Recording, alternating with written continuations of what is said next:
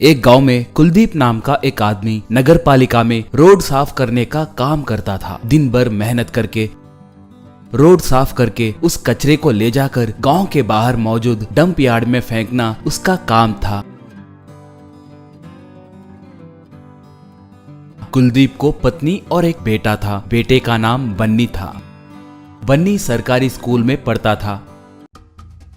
आए दिन स्कूल को पैदल चलते हुए जाना उसके लिए बहुत मुश्किल हो रहा था। एक बार पिता से साइकिल खरीदने के लिए पूछा तो पिता, बेटे हम कितने गरीब हैं तुम जानते हो ना, हमारी ये झोपड़ी भी हमारी नहीं है, इसका भाड़ा देना पड़ता है, मेरे कमाई से 3 वक्त का खाना मिलना भी मुश्किल है, सोचे तो अब मैं तुम्हें साइकिल कैसे दिला सकता हूँ, कभी भी साइकिल के बारे में मुझसे मत पूछना, कहा। उसके बातों से बन्नी बहुत दुखी हुआ। कुलदीप भी अपने मन में, हे भगवान ये क्या परेशानियां हैं, शायद उसके पैर बहुत दर्द दे रहे होंगे, इसलिए उसने साइकिल पूछा, मगर क्या करूं मेरी स्थिति ऐसे है, कहकर सोचा।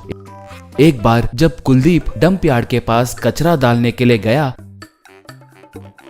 तो उसे एक पुरानी साइकिल दिखाई दी। उसका एक पहिया नहीं था।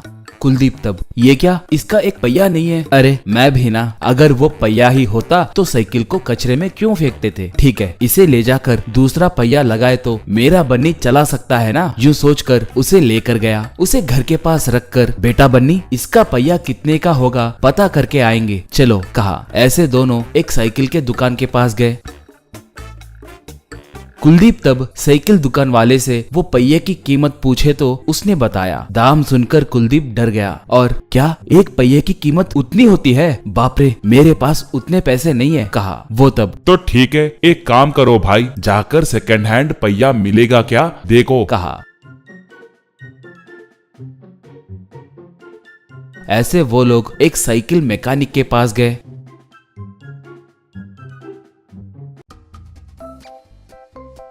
उसका बताया दाम भी कुलदीप के लिए बहुत ज्यादा था। कुलदीप तब, बेटा बन्नी तुम दुखी ना हो, मैं कुछ ना कुछ करके दूसरा पहिया लाऊंगा, चलो अब घर चलते हैं, कहा।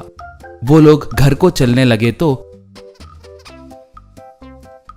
उन्हें एक स्वामी जी बेहोशी की हालत में दिखे। उनके मुंह में से झाग निकल रहा था। कुलदीप तब, अरे रे लगता है इन्हें सांप ने काटा, तुरंत इनका इलाज करना होगा, कहकर वहां पर मौजूद थोड़े पेड़ के पत्तों को तोड़कर उसका रस निकालकर उनके मुंह में डाला। थोड़ी देर के बाद वो स्वामी जी होश में आकर उठ के खड़े हो गए। वो तब, वत्स अनहोनी में मैंने सांप पे कदम रखा था, बस उसने डस दिया, सही वक्त पे आकर मेरी जान बचाने के लिए आपका बहुत धन्यवाद। आप लोग कौन है, आपकी कोई समस्या है क्या, कहकर पूछा। कुलदीप तब उनके बारे में और उनके समस्याओं के बारे में बताया। तब स्वामी जी के हाथ को घुमाते ही वहां पर एक साइकिल का पहिया प्रकट हुआ। वत्स ये एक चमत्कारी पहिया है, आप जब चाहे तब इसमें से पैसे और सोना आते रहेंगे, आप खुशी से जीना, कहा। वो लोग खुश होकर उनको नमस्कार करके वहां से निकले। कुलदीप वो साइकिल पहिया को लेकर आया, उसे घर में रखकर जोर से घुमाकर सोना पूछा, बस उसमें से सोना निकला।